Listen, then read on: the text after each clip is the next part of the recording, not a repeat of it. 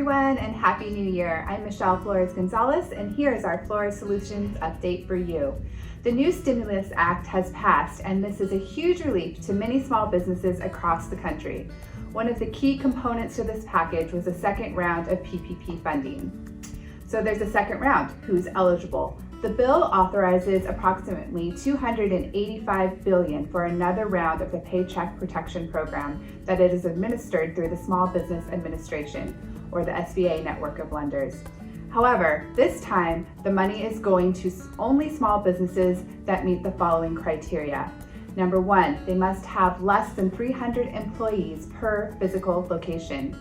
And number two, they must show that they have been specifically impacted by the pandemic. In order to meet this, the criteria is that if your business has suffered a revenue decline of more than 25% in any given quarter of 2020 compared to the same quarter in 2019, then you will be eligible for the second round of PPP. The loans are up to $2 million, and you can choose between an 8 or a 24-week forgiveness period. The loan calculation remains the same at 2.5 times payroll and payroll costs for the period chosen, unless you're an accommodation and food service industry, NAICS code 72, where you can then use the 3.5 factor.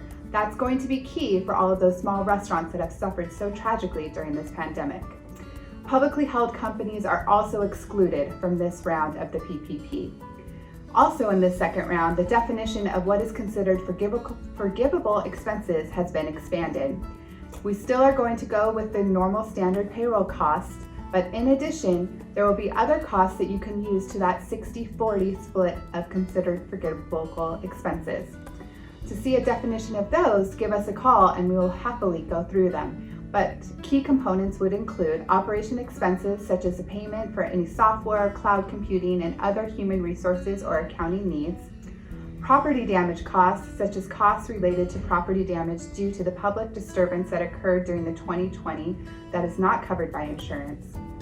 Supplier costs such as expenditures to suppliers pursuant to a contract, purchase order, or order for goods in effect prior to taking on the loan that are essential to the recipient's operations at the time of which the expenditures were made.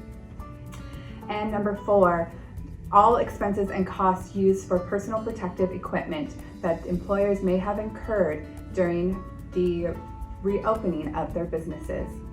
All of these costs are now going to be considered forgivable expenses with the second round of the PPP, which should help many small businesses exhaust their loans without a doubt.